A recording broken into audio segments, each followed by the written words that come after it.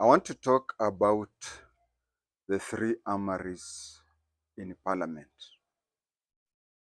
There is the armory at the police station, there is the armory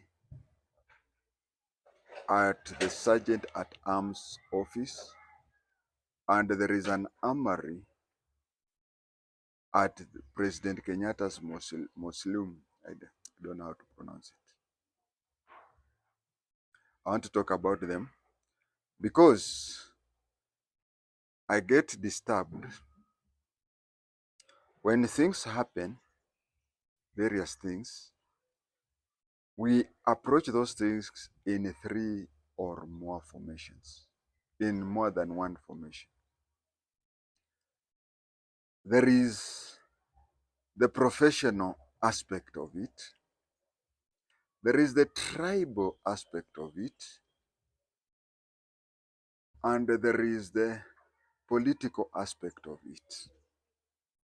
We have to balance them because if you're in a certain profession, then there are some things that your tribe, your traditions don't allow. So you cannot do them just because you are now umeokoka. We have to balance the various issues. We have to balance the tribal background, we have to balance the professional background, and we have to balance the political aspect. I get disturbed when colleagues, some even more knowledgeable than me, do stick to one of those aspects so much to an extent that they forget the others and whatever. You have to balance the three. And you have, especially the professional aspect, you have to come out professionally and explain to people who are not in your profession the professional aspect of it. But when you, who got promotions here, not here, not here, you who got promotions there, when even these kids were not yet born, and then you let them reason for you. I know most of those people have a feeling, a certain feeling, but let me not talk of it now.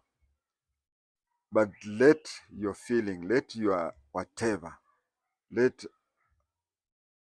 okay, let us say that your favorite candidate was unfairly, for a thousandth time, his elections were stolen. But then when it comes to parliamentary security, kindly don't take those number of times his votes have been stolen or allegedly stolen to come and then deliberately look the other way around. Deliberately, I've said.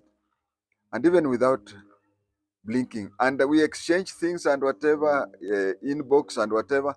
Somebody says, after all, they stole our election. We have some people, because of that, they would even want the country to burn because the votes were stolen. Let us assume the votes were stolen. Do you want now to burn the country? Two wrongs don't make a right. Now, I want to give a professional opinion on the three armories. Although, if you are to ask me that a week before Gen Z, I would not be in a position to know. But events have been happening, and some things I'm reasoning like a profession, saying this and this it makes sense, this and this makes sense, this and this makes sense. For example, and I've covered it elsewhere, a sergeant at arms comes out of the armory armed with a submachine gun, and you find a military major, a retired military major, he says that is a hired gun for a purpose.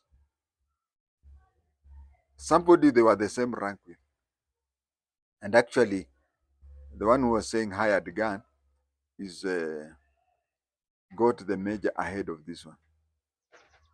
Let us look at the history of the parliament since 1964. Can we look down at the first sergeant major to the present sergeant major? So not sergeant major, sergeant at arms. Let us look at them.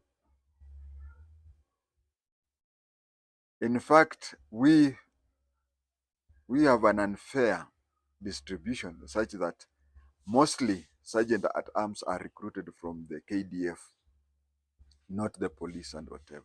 Although we have police officers, I know of somebody who he was a Mukamba and we were inspectors with in Nakuru.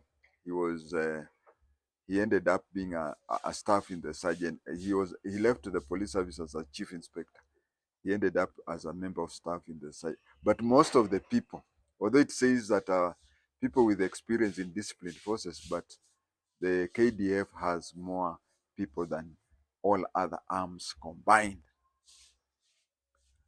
Uh, Let us start with the armory at the police station, Parliamentary police station. We have an armory at the Parliamentary police station. Every police station has an armory in the country. Below the police station, every police post has an armory.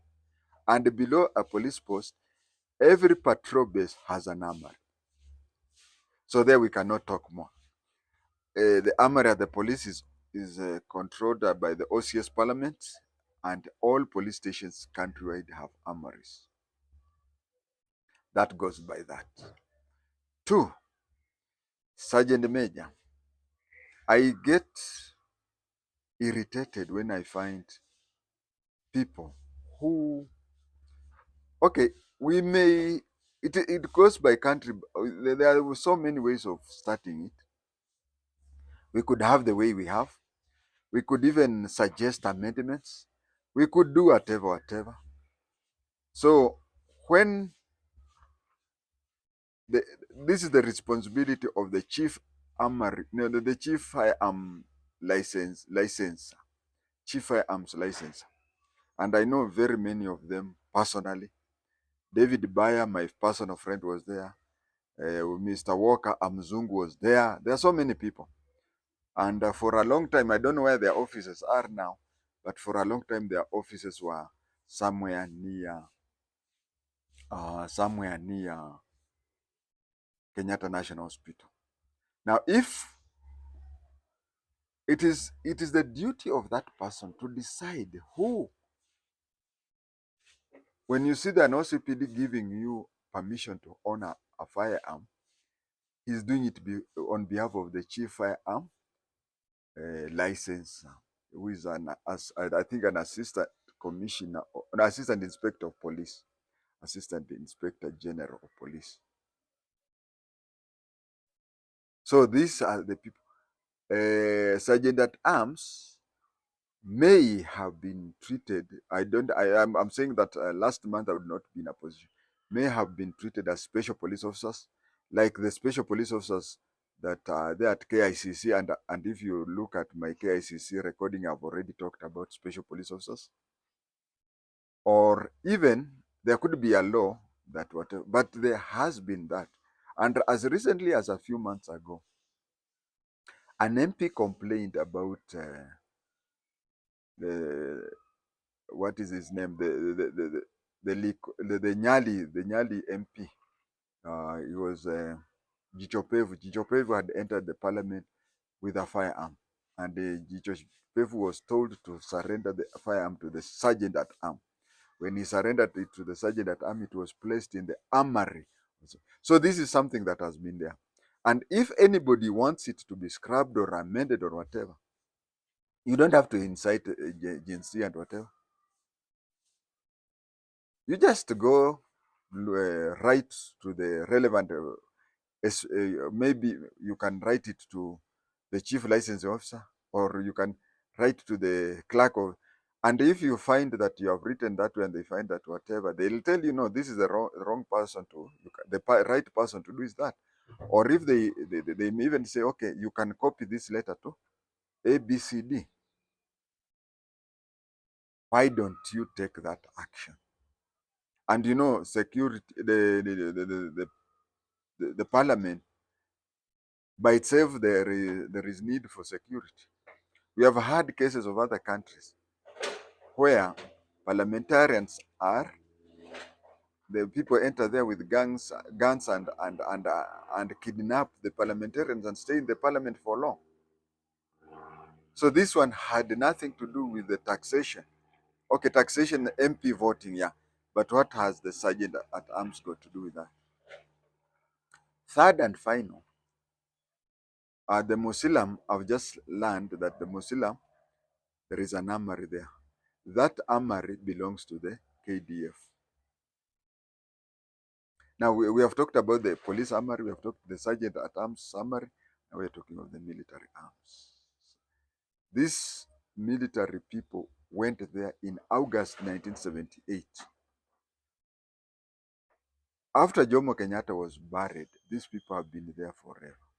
That is just like another police station. Now, I would understand if a doctor said so. I would understand if an engineer said. But you find a military officer of the rank of major, when he was working for the armed forces, it used to be called armed forces. Why didn't he go and tell the armed forces that it is wrong for them to have firearms in the Nini, to have an armory at the? Of course, I would also agree because the military can. We have DOD. We have DOD, not DOD. Yeah, we have around 5 camps where they can use they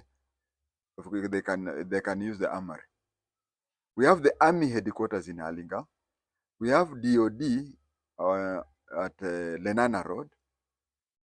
We have a barrack somewhere on Wayaki Way near Kangemi. Those are 3. We have Kahawa and we have Langata. We have not even counted Isili, isn't it? Embakasi we have not counted. They still can do that. Why don't, and it is a security matter. Why don't you, chini ya maji, go to the DOD, write a letter, tell them, Hurlingham to Parliament is how long? You just take Valley Road. Valley Road, you're already at Parliament. Because Valley Road from Hurlingham, you reach Nyayo House. Then Nyayo House is next to Parliament. I think that is the nearest army headquarters. But why should you now say, why should we have 3 armories there? That, in short, is why we should have. No, not why you should. That is why we have armories there. And if you are an expert and you feel that there is no need to have 1, 2, or even the 3, there are places you go. You go and write to them. You reason with them. Well, if your reasoning is okay, they'll follow that. Thank you.